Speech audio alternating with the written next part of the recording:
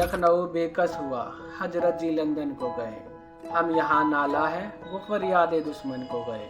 फसले गुल कब आएंगी, कब होंगे आकर नगमो सजा। एक मुद्दत हुई मुर्गाने गुलशन को गए। अस्सलाम वालेकुम। खाकसार को आरजे अली कहते हैं। इससे पहले की वीडियो में आपने कहानी का पहला हिस्सा सुना और अब आगे। जिस बेगम की परछाई कभी किसी को देखना तक नसीब न था, जिसका लखनऊ दरबार में सज धज कर पहुँचना भी दुश्वार हुआ करता था, वह माँ आज अपने औलाद के हक के लिए 7 समंदर पार कर रही थी। सफ़र का पहला जहाज़ 27 जून सन 1856 को लंका में बदल दिया गया, जिससे 12 जुलाई को बेगम साहिबा का काफिला अदन के बंदरगाह पहुंचा और वहां से ये लोग स्वेज के किनारे उतरे। और उस वक्त तक स्वेज नहर की तामीर नहीं हुई थी, इसलिए स्वेज बंदरगाह से सिकंदरिया तक का 30 मील तक का सफ़र ज़मीन पर ही तय करना था। लेकिन इसी बीच एक घटना घट गई।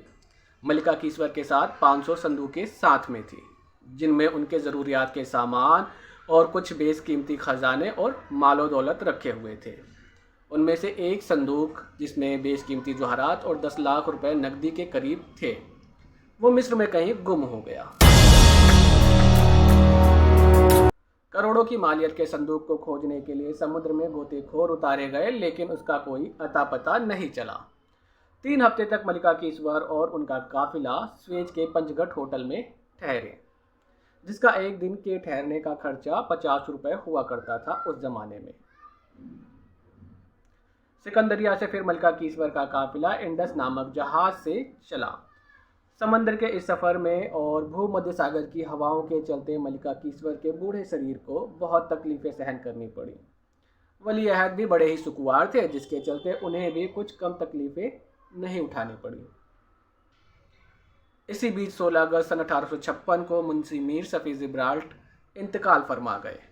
20 अगस्त सन 1856 के दिन जहाज़ इंग्लैंड के सोथैम्पटन बंदरगाह पर जा लगा और मेजर बर्ड ने मलिका कीसवर का बड़े ही गर्मजोशी के साथ लंदन की ज़मीन पर इस्तकबाल किया।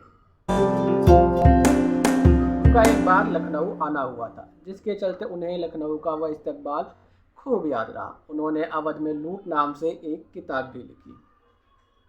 मलिका कीसवर के पांव लंदन की ज़मीन पर ना पड़े, इसके चलते उन्होंने जहाज़ से उतरते ही मलिका कीसवर के इस्तकबाल में कारपेट बिछवाकर उनका खैर मकदम किया, जिसको देखने के लिए तमाशाबीनों का हुजूम उठ खड़ा हुआ। 20 अगस्त से 10 दिन तक ये लोग सोथम्पटन बंदरगाह के होटल रॉयल पार्क में ठहरे, जिसका किराया 1200 रुपये अदा किया गया। इस होटल में अवध वालों की शान शौकत का बड़ा ही बखान और चर्चा रहा। 31 अगस्त सन 1856 को मलिका कीसवर ने रेल से सफ़र कर अपने काफिले के साथ लंदन पहुंची, जहां उनके ठहरने के लिए हार्ली हाउस को 5000 रुपये मासिक किराए पर लिया गया। लंदन में जो कुछ मुसलमान मौजूद थे, मलिका कीसवर से मिलने के लिए वह वहां पहुंचते रहे। इनमें सूरत के मीर जाफर अली, मद्रास के मुंशी हैदर जंग, नागपुर के मौलाना गुलाम खान वकील, फरजंद अली और हारमू सजी पारजी का नाम शामिल है। कंपनी सरकार ने अवध के बादशाह के खिलाफ जो ब्लू बुक तैयार की थी, वह लंदन में मलिका को नजर की गई। मलिका कीसवर ने उसे तुरंत अपने बेटे को कोलकाता भेज दिया। बादशाह सलामत ने उसकी 300 कॉपियां छपवा कर और 4 लाख रुपए अपनी वालिदा साहिबा को भेज दिया और साथ ही महारानी विक्टोरिया और कंपनी सरकार के नाम एक खत भी भेजा।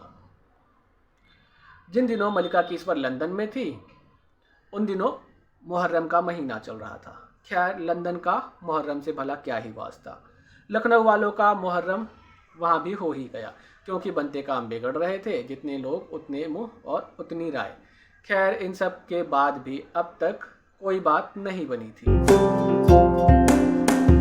महारानी विक्टोरिया हर 8वें दिन बकिंगम पैलेस में दरबार लगाती थी, लेकिन इसके बावजूद भी महारानी विक्टोरिया और मलिका कीसवर के बीच बातचीत 10 महीने तक मुमकिन नहीं हो पाई। जितना रुपया पैसा साथ गया था या बाद में भेजा गया, सब पानी की तरह बहाया गया। यहाँ तक कि मलिका कीसवर को अपने गहने तक बेचने पड़े। इंतज़ार की ये मुद्दत कोई मामूली नहीं थी, जिसकी बदौलत लखनऊ वालों के हौसले पस्त हो चले थे। 4 जुलाई सन 1856 को एक खास जनाना दरबार मलिका विक्टोरिया ने लगाया, जिसमें मलिका कीसवर को बुलाया गया। 19वीं सदी का यह दरबार ब्रिटिश राजमहल का ऐतिहासिक दरबार माना गया। उस वक्त 8 औरतें और थीं जो हिंदुस्तानी ज़ुबान से वाकिफ़ थीं। उन्हीं की मदद से ये दोनों मलिकाएं आपस में बातचीत कर सकी। अवध की तरफ से जो सौगातें गई थीं सब दरबार में महारानी विक्टोरिया की नज़र की गईं। 12 साल के राजकुमार एडवर्ड को मलिका कीसवर ने अपनी गोद में बिठाया और उनका माथा चूमा।